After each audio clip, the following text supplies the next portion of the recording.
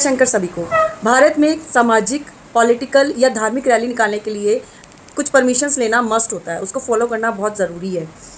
आप कहाँ रहते हैं? यहाँ रहते हैं। चलो, आपको क्या प्रॉब्लम है?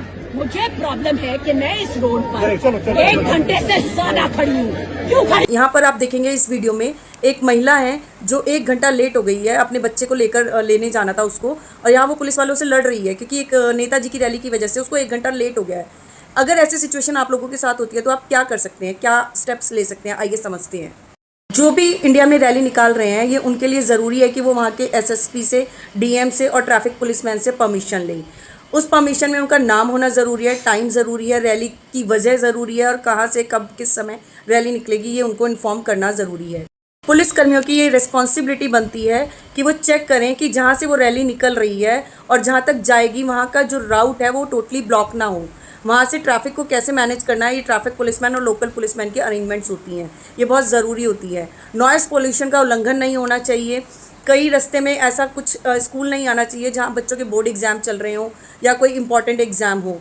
थर्ड चीज़, एम्बुलेंस हो, फायर ब्रिगेड हो, उसके लिए रास्ता देना बहुत ज़रूरी है। इन नियमों का पालन करना और ये सब कुछ चेक करना लोकल पुलिसमैन की एक रिस्पॉन्सिबिलिटी होती है, उन्हें तभी ये परमिशन देनी चाहिए। की वजह से अगर ऐसी सिचुएशन आ जाती है कि आम आदमी का बहुत नुकसान हो जाता है और वो वहाँ स्टक रहता है ट्रैफिक में, तो जो रैली का ऑर्गेनाइज़र है उसके खिलाफ वो एफआईआर कर सकता है, जिसमें 6 महीने की सज़ा और 10,000 रुपये का जुर्माना हो सकता है। लेकिन अगर एम्बुलेंस में किसी की डेथ हो जाती है तो ये आपका राइट टू लाइफ का उल्लंघन है, यानी कि आर्टिकल 21 का उल्लंघन है। इस केस में क्रिमिनल केस भी अगेंस्ट ऑर्गेनाइज़र चल सकता है, तो ये बहुत इंपॉर्टेंट पॉइंट है। इस सिचुएशन में आम आदमी क्या कर सकता है, आपके क्या क्या राइट्स हैं। सबसे पहले तो आपको 112 पे कॉल करना चाहिए। अगर कोई एम्बुलेंस वहाँ स्टक हो गई है या बहुत इमरजेंसी सिचुएशन है तो आप 112 पर तुरंत कॉल करें। पुलिस की ये रिस्पॉन्सिबिलिटी है उस एम्बुलेंस को वहाँ से निकलवाएं और इमरजेंसी सिचुएशन में आपकी हेल्प करें। सेकेंड चीज़ आप क्या कर सकते हैं, अगर पुलिस वाले रिस्पॉन्स नहीं दे रहे हैं 112 पे और आपकी कोई हेल्प नहीं कर रहे हैं तो आप वीडियो रिकॉर्ड करें, आप वहाँ अपने सबूत इकट्ठा करें और उसको सोशल मीडिया पे टैग करें। स्टेट पुलिस को टैग करें @स्टेट पुलिस, सीएम को टैग करें और आप वहाँ की ट्रैफिक पुलिस को टैग करें।